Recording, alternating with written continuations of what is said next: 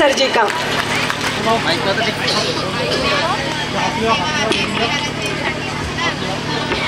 दादा थोडं बसून जा ना। सर्वांना नमस्कार। ज्यांच्या प्रतिमेला पूजन केल्या अशा सावित्रीबाई फुले,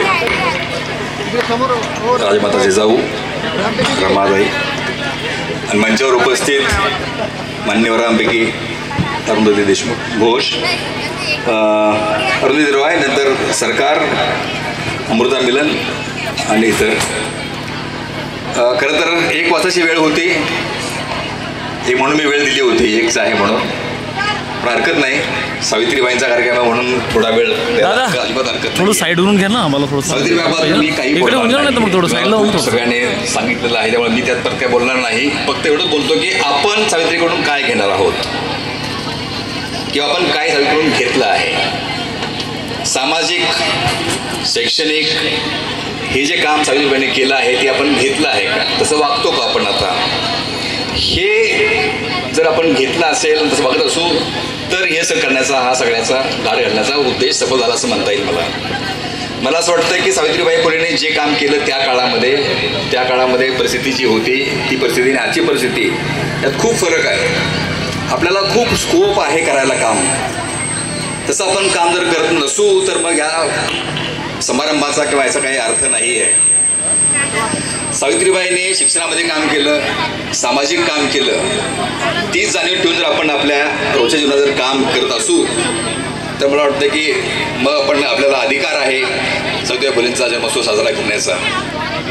महिलांच्या विरोधात काम करतात अशी बरीच ठिकाणी आपल्याकडे आहे, वस्तुस्थिती आहे ना। पुरुष फार इंटरव्ह्यू करत नाही आहेत, पण महिलामध्ये इंटरव्ह्यू जास्ती करतात। हे जर सांभाळलं तर मला वाटतं आपला देश अजून कुठेतरी पुढे जाईल। तेव्हा सगळ्यांना माझी विनंती आहे की महिलांचा सन्मान करावा,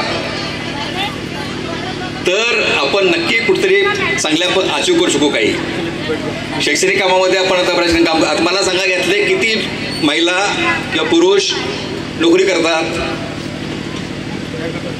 नोकरीत असलेले किती लोक आहेत आणि किती रजा काढली आहे आज, काढली विचारतोय मी। हा म्हणजे आपण, मला काय म्हणायचं की ह्या ज्या गोष्टी, याचा एक सामाजिक भावनेचा एक हे आहे की आपण या गोष्टी पाळतो का, आपण समाजासमोर काय ठेवतो आहोत। कारण समाज आपल्याकडे बघतो आहे, किंवा तुम्ही शिक्षिका आहात किंवा अजून काम करतोय कुठेतरी, आपला समाज बघतोय की हे कसे वागतात आपल्यासमोर, तसं जर आपण चांगलं वागलं तर ते काय चांगलं घेतील आपल्याकडून। तीच परिस्थिती सावित्रीबाईंची आहे की आपण त्याच्याकडनं काय घेतो हे महत्त्वाचं आहे। त्यांचं काम फक्त आठवण करून उपयोगाचं नाही, ते आपण तसं वागलं पाहिजे। मला वाटतं आपण सगळ्यांनी हा आज प्रण करावा की सावित्रीबाईंनी जी कामं केली तशी आम्ही वागू, त्या पद्धतीने आम्ही काम करू, तर आपला समाज नक्की पुढे जाईल। मला इथे बोलवलं, संयोजकांनी मला बोलण्याची संधी दिली, मी मॅडमच्या before madam I speak, I am sorry for that. थांबतो इथं मी। जय हिंद, जय महाराष्ट्र।